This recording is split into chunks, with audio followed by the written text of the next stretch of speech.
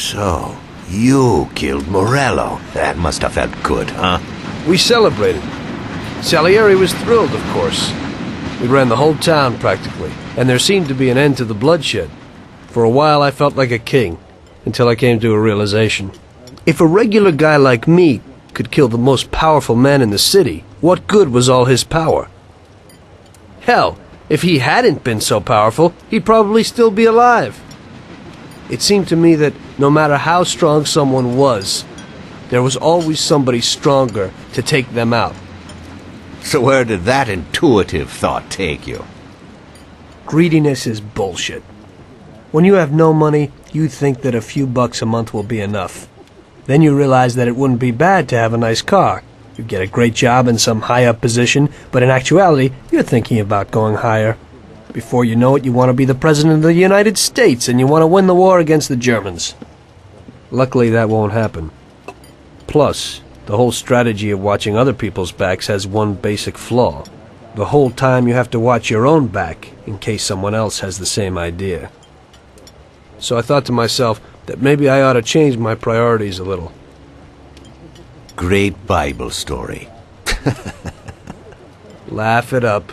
You know where it got me in the end. This.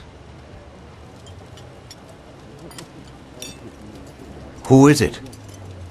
It's from 1920. The old man is Don Pepone. The two younger ones are Salieri and Morello. This photo convinced me that this kind of life is poisonous. Morello and Salieri were friends, and they were both commanders of Pepone's regime. But in the 1920s, they got Don Pepone killed because of some deal. Strangely enough, Salieri still admires the guy now. Afterward, they divided up the city, and each ruled their own part of it.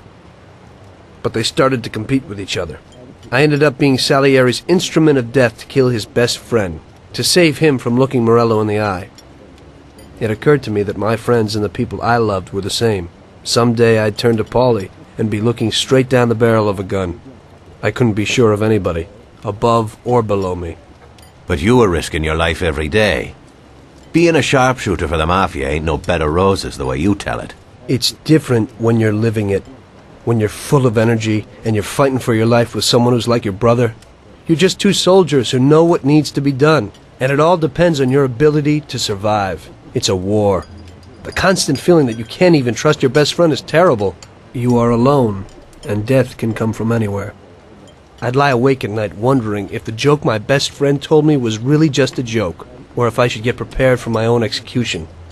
A person needs someone he can trust.